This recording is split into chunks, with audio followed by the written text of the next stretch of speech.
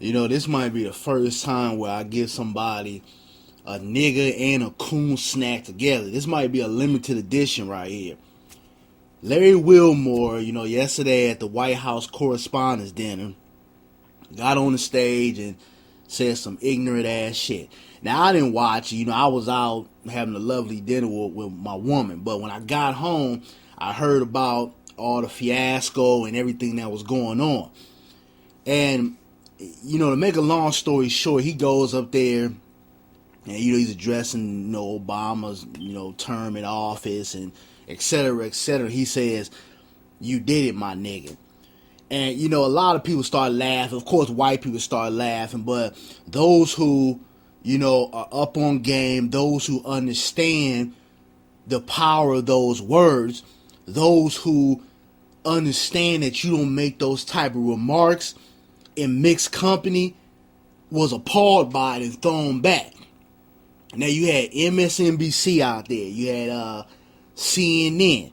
You had Don Lemon coon ass out there. You had You had Fox News out there. So they love to see black folks get up there and talk that way to each other. It's amusing to them. And what pisses me off about Larry Wilmore is that this is not a young cat. I expect one of these guys out here that's maybe in their 20s or even their 30s. One of these hip hop buddies that say, "Oh yeah, that's cool, man. Yeah, he said you did it, my nigga, on the stage. That's cool, man." I expect them to have that type of mindset because a lot of our people, old and young, but I would say especially the young right now, they don't know their history. They don't have respect for not only themselves but their ancestors. And this generation here is all about as long as I get mine.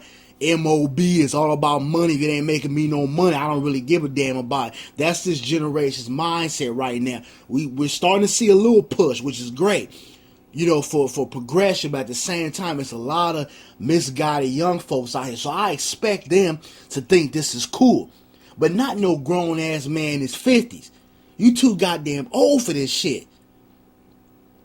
And then I gotta get on President Obama because President Obama, since he's been in office, he's came out and he's lectured black folks. He's talked about, him and, a lot of other little coons out here. He's talked about black on black crime. He's addressed black women, feeding their kids Popeye's chicken. He said a little slick subliminal stuff that was very disrespectful to the black community, but a lot of times it went over a lot of people's head except those who were actually paying attention. So he's done a lot out here, but he didn't check this guy. And, I felt like, this being one of the last, or if the last, correspondence he's going to have. You're almost out of there. Obama, it's hard to believe it's been 8 years, but he's almost out of there. He should have got up there and checked this dude right here. And I would have came up there and said, "I want to thank everyone for their kind words, but we have to remember that the word nigger is not a term of endearment. It's dangerous.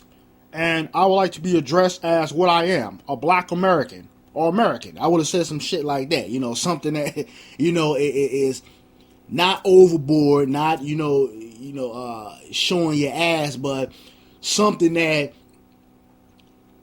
speaks truth to what that word really is and the fact that it was disrespectful to say those type of words at that certain event. Now, even though I don't agree with it, if he had done that behind closed doors or something like that, all right, whatever. I don't agree with you using that term, but I understand that I hardly doubt we ever get that word completely out of our vocabulary because it's always going to be some misguided Negroes that feel it's okay to throw that word nigger around.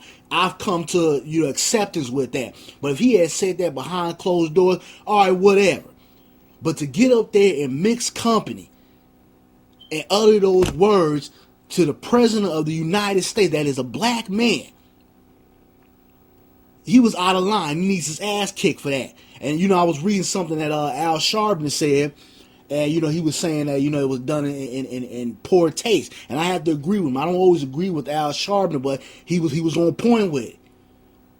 It was totally out of line. And, you got people out here that will say and do anything for money or laughs from white folks. But God, I wish I can just, put on some boxing gloves, go back to when I was 22, 23 and beat the shit out of this dude right here. But, that's all I gotta say. These people out here who are continuously disrespecting the black community, we gotta cast these people out. We gotta stay away from these people. Because these are the type of people who have that microphone. I've said this before. Those who have the microphone and have the media's attention, they are very dangerous to us, because the things that they say, you have other people thinking that this is the way we all think, or this is the way we all operate. Now, I wonder, will he call that undercover Klansman Donald Trump a cracker? Or will he call Hillary Clinton a super predator? No, you're not going to do that. You're not going to upset or disrespect massa.